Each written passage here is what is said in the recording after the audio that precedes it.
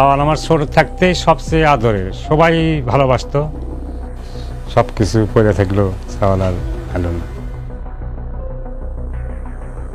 ভালো লাগে না, আমি ভালো থাকতে পারি না। একজন মা সন্তান হারালে সেই মাও কোনোদিন ভালো থাকে বাবা?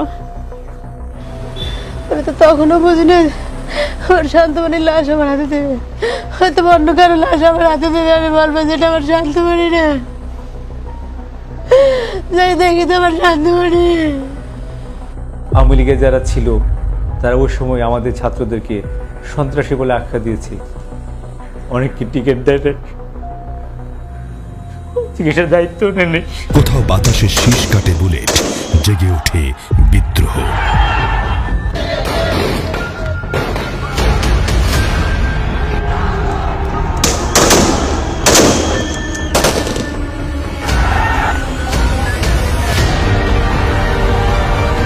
আন্দোলনে এখানে মূল সারি যারা সমন্বয়ক ছিল তাদের সাথে একদম 1 জুন থেকে 36 জুলাই পর্যন্ত কন্টিনিউয়াস আমার সাথে যোগাযোগ হতো।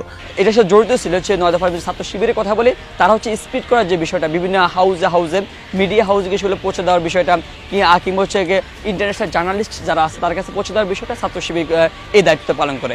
এই উত্তপ্ত পরিস্থিতিকে আরো তীব্রভাবে উস্কে দেয় শেখ হাসিনার চরম বিদ্বেষমূলক বক্তব্য। তার মানে কি মুক্তিযোদ্ধা সন্তান নাতিপুতিরা কেউ মেধাবী না, যত রাজাকারের বাচ্চারা নাতিপুতি হলো মেধাবী, তাই না?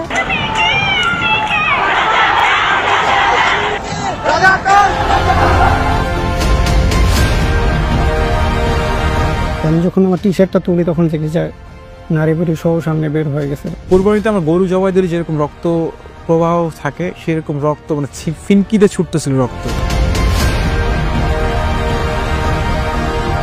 এই যে মানুষ মারা ব্যাপারটা কিছু হইলে মানে গুলি করব, সেই দিন আমরা সিদ্ধান্ত নেই এবার আর এক দফা থেকে পিছু হটার আর কোনো সুযোগ নেই, হয় সরকার পতন না হয় মৃত্যু।